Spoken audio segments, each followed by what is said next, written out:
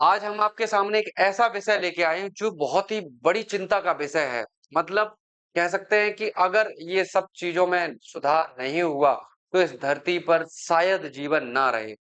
ये बहुत बड़ी सोचने वाली बात है कि जो हमारे ताजे पानी के सबसे बड़े स्रोत कहलाते हैं हिमनद, बहुत तेज़ी से पिघल रहे हैं।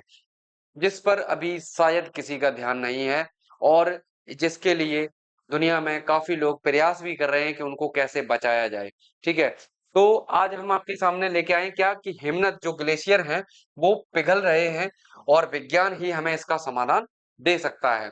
आप सब जानते हैं कि अंटार्कटिका, आर्कटिक ओशियन इस टाइप के जो बड़े-बड़े जो ग्लेशियर्स के भंडार हैं, कह सकते हैं जहाँ पर हमें बड़ी मात्रा में जो ताज़ा पानी है हमारा, ताज़ा पानी एकदम, तो वो हमारा जो है वहाँ पर स्टोर है, ठीक है? तो क्या आप जानते हैं कि हिमनद और बर्फ की चादरें दुनिया की लगभग 70% मीठे पानी का भंडार हैं? बताओ। जहाँ सबसे बड़ा स्रोत है पीने वाले पानी का जो ग्लेशियर और वो लगातार क्या कर रहे हैं? पिघल रहे हैं और लोगों और पारिस्थितिकी तंत्रों व अर्थव्यवस्थाओं के लिए एक महत्वपूर्ण जल स्रोत के रूप में काम करते हैं।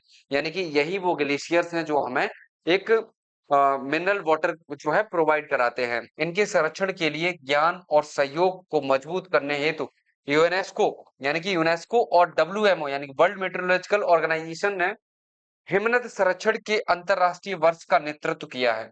बहुत ही अच्छी बात है कि कुछ तो चलो किया गया इसके संरक्षण के लिए क्योंकि अगर पानी नहीं बचेगा यानी कि ना जल होगा ना जीवन होगा। तो जल को बचाने के लिए अगर यहाँ पर एक आपने देखा यूनेस्को की मीटिंग हुई थी और उसमें कुछ बातें निकल के आई हैं जिसमें एक जॉन पेमरॉय करके हैं पर्वतीय जल संवहनीयता के लिए यूनेस्को अध्यक्ष हैं ये। तो इन्होंने क्या कहा है कि दुनिया भर के हिमनदों के सामने सबसे बड़ी चुनौती जो है वो बढ़ता हुआ वैश्विक तापमान है। समझ में आया? कि यानी कि जो हम लगातार ग्लोबल वार्मिंग को बढ़ाते जा रहे हैं, डेवलपमेंट जो कर तो रहे हैं, सस्टेनेबल डेवलपमेंट नहीं कर रहे हैं। अब आप देख रहे होंगे अभी हालिया में रिसेंट में जो सिनेरियो चल रहा है कि युद्ध चल रहे हैं दुनिया में, ठीक है? अमेरिका सिर्फ अपना उल्लू सीधा करने के लिए दुनिया को युद्ध में शामिल किए हुए है और आप एक बात बताइए कि अमेरिका इज़राइल को क्यों प्रवोक कर रहा है कि ईरान पर हमला करो, ये सब फलाना मतलब अमेरिका की लोग खुद इस ट्रम्प से परेशान हैं। तो भाई साहब आप सोचो युद्ध करके मिलेगा क्या आपको? इसमें कितना नुकसान हो रहा है? जो मानव सभ्यता है धीरे-धीरे करके खत्म कर रहे हैं आप। इंसान खुद अपने आप को खत्म कर रहा है सोचो। युद्ध के लिए नहीं है ये धरती भाई। आप सोचो ये अमेरिका जो किसी का सगा नहीं है और इज़राइल को लग रहा है कि ठीक है अगर तुमने ईरान पर हमला करके बहुत बड़ा काम किया है तो याद रखना तुम्हारे ऊपर भी किसी दिन कोई मारेगा तुम्हें भी, ठीक है? मरना और मारना अगर यही नियम है संसार का, तो तुम्हें भी कोई मारने वाला तो होगा।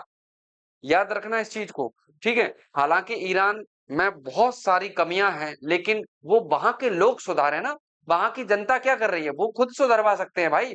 जब उनको चिंता नहीं है, आप कौन होते हैं सुधार करने वाले कि ईरान को हम पाषाण युग में पहुँचा देंगे? तो भाई साहब ट्रम्प जी और मैं अमेरिका के लोगों से ये रिक्वेस्ट करना चाहता हूँ कि अगर आप अपने देश को बहुत एक शांतिपूर्ण देश बनाना चाहते हैं, तो पहले इस टाइप के नेताओं को अपनी राजनीति से बाहर करना होगा, तब दुनिया में शांति और समरसता स्थापित हो पाएगी। ठीक है? तो यहाँ पर देखो, जो सबसे बड़ी जो चिंता के विषय हैं, जिन पर काम करना चाहिए कि आने वाले 1000 सालों बाद या 100 सालों बाद ये धरती रहेगी या नहीं रहेगी, तो उस पर बात करनी चाहिए। उस वो चर्चा का विषय बनना चाहिए, ना कि युद्ध, ना कि क्षेत्र विस्तार।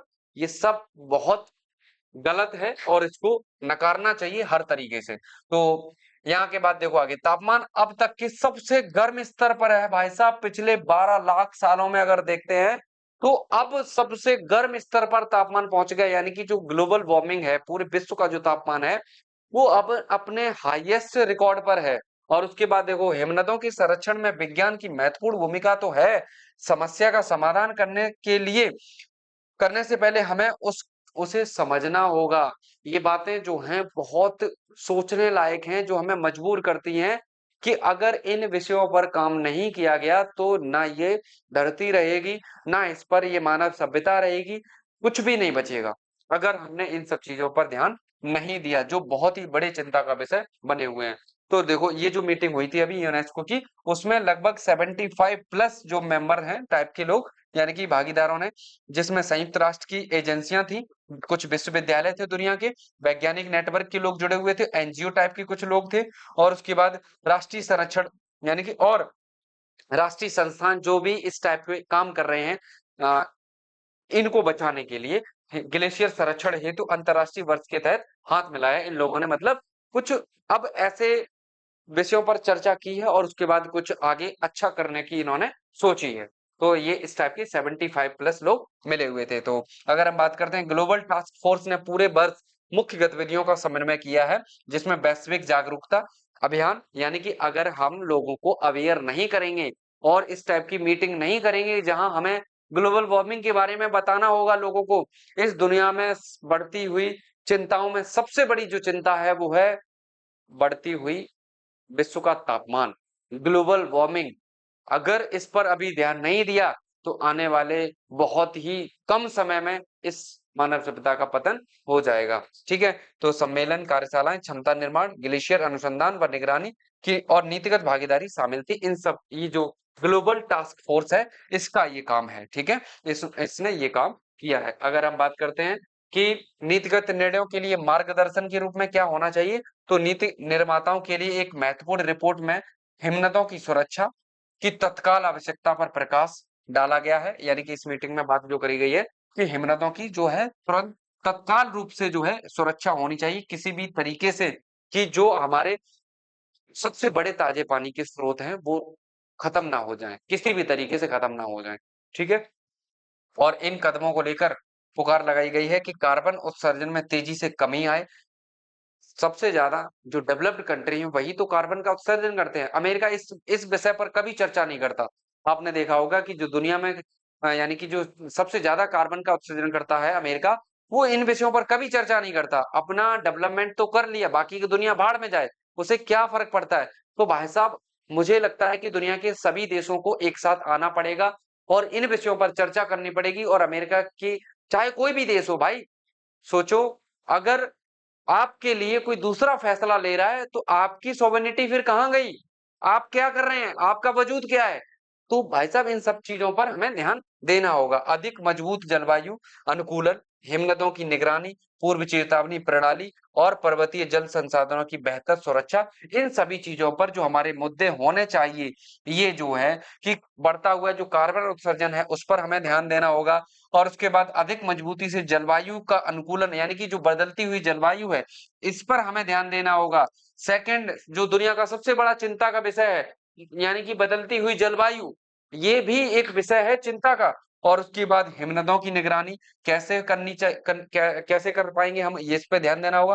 पूर्व चेतावनी प्रणाली, यानी कि कुछ बहुत बड़ी जो कह सकते हैं नेचुरल कैलेमिटीज अगर आती है दुनिया में, तो इस पर रोकने के लिए हमें क्या करना होगा, तो ये इस टाइप की हमें पूर्व चेतावनी प्रणाली जैसी कुछ मानक अपनाने होंगे। और उसके बाद पर्वतीय जल संरक्षण संसाधनों की बेहतर सुरक्षा कैसे हो सके, इन पर हमें ये सब चर्चा के विषय होने चाहिए दुनिया के, ना कि युद्ध और जो है आतंक का माहौल ये दुनिया में नहीं होना चाहिए।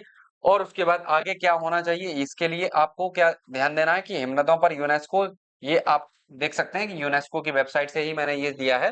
तो हिमनदों पर यूनेस्को के काम को हिम मंडल, यानी कि क्रायोस्फीयर विज्ञान के लिए कार्रवाई के दशक के तहत विस्तार दिया जाएगा, ताकि विश्व के जमे हुए जल को बचाने के लिए अनुसंधान, सहयोग, समाधानों को बढ़ावा दिया जा सके।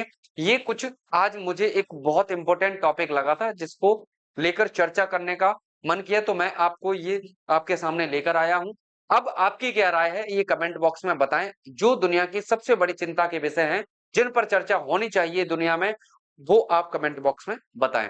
मैं हर एक उस टॉपिक पर वीडियो बनाऊंगा और ज्यादा से ज्यादा आप लोग शेयर करें जिससे कि सभी लोग अवेयर हो सकें। धन्यवाद।